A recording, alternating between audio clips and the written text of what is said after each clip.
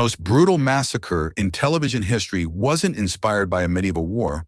It was inspired by a bowl of dead pet turtles, and the little boy who owned them would grow up to break the hearts of millions.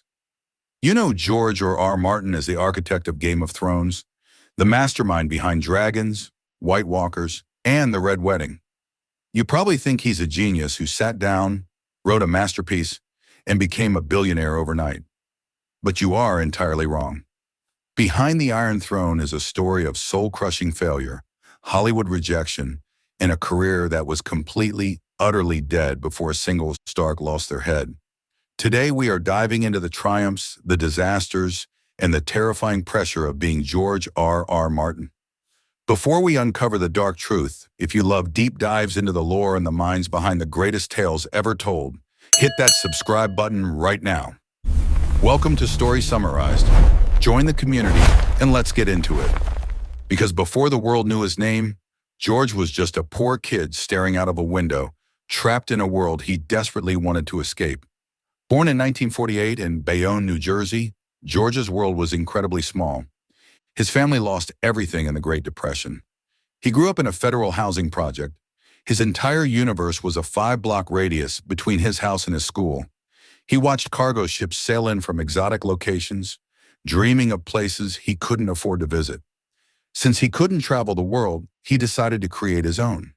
He started writing monster stories and selling them to other kids in his neighborhood for pennies. And remember those turtles from the intro? Since his housing project didn't allow dogs or cats, he bought dime store turtles. They lived in a toy tin castle. But the turtles kept dying. To cope with the heartbreak, young George invented a story. They weren't just dying. They were assassinating each other for control of the Turtle Kingdom. Game of Thrones was literally born in a plastic bowl. He thought his path to greatness was set, but the world was about to chew him up and spit him out. Fast forward to 1983. George is a professional writer now. He publishes his 4th novel, The Armageddon Rag. He pours his heart and soul into it. He thinks this is his masterpiece. The publisher prints a massive run, and it absolutely bombs. It fails so spectacularly that it destroys his career overnight. Nobody buys it.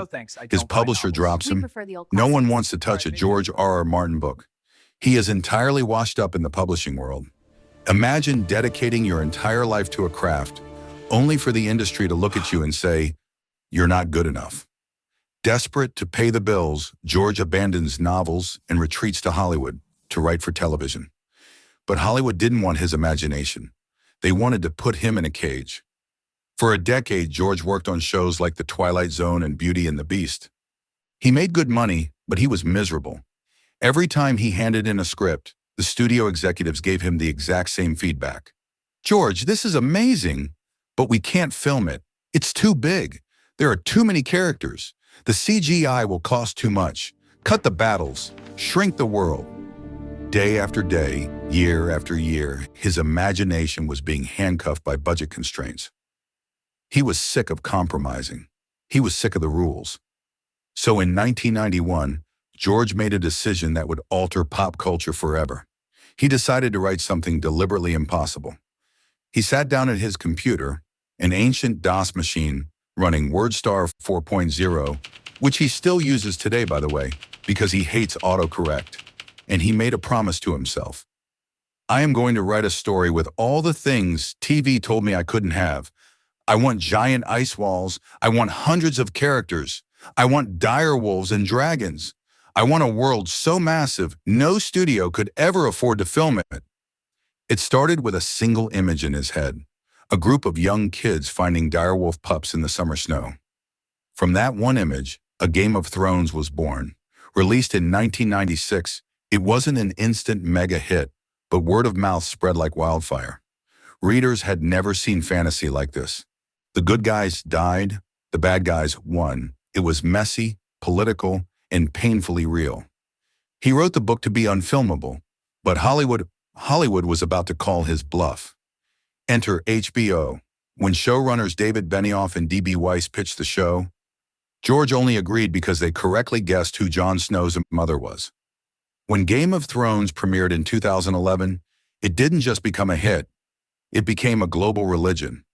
Bars were packed with people watching it like it was the Super Bowl.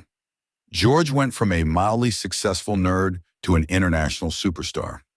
He expanded the universe, diving into the lore. He gave us the history of the Targaryens, and gripping prequels like A Knight of the Seven Kingdoms, proving his world was richer than anyone could have imagined. But with this unimaginable success came an unimaginable curse. The television show was moving like a bullet train, and George was running out of track. You see, George is what he calls a gardener writer. He doesn't plan everything out like an architect. He plants seeds and watches them grow. But TV production schedules don't care about gardening. The nightmare scenario happened. The show caught up to the books. Imagine the pressure. Millions of fans, furious network executives, and the entire internet screaming at you to finish the greatest story ever told. George handed the showrunners his rough outline for the ending, and HBO moved forward without him. We all know what happened next. The final season of the show aired, and the world tore it to pieces. The backlash to the ending of the show was historic. The internet was on fire, and sitting in the middle of that inferno was George R.R. Martin. He was watching the ending of his life's work get rejected by the masses. The pressure to fix it in the books, to deliver the winds of winter and a dream of spring, became paralyzing. Years turned into a decade. Fans stopped being supportive and started getting angry. Some even cruelly joked that he would pass away before finishing the series. For a man who just wanted to tell stories about turtles in a tin castle, the Iron Throne had become a prison. But if you think this is a story about a writer giving up, you don't know George R.R. Martin. Despite the noise, the anger, and the pressure, George is still at his keyboard. He refuses to rush his art for the sake of an angry mob. Because what makes his writing immortal isn't just dragons or shocking deaths. It's his understanding of the human heart in conflict with itself.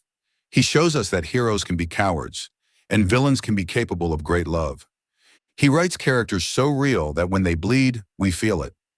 Whether he finishes the books tomorrow or 10 years from now, George has already won. He took the bitter failure of his early career, took the rejection of Hollywood, and used it as fuel to forge a universe that will outlive us all. Your greatest failures aren't the end of your story. They are the rough drafts of your masterpiece. George R.R. Martin's life proves that sometimes the world has to tell you no 100 times so you can finally build something that breaks all the rules. If you made it this far, you're a true fan of incredible storytelling, and we have great news for you. Before Game of Thrones, there was another legend.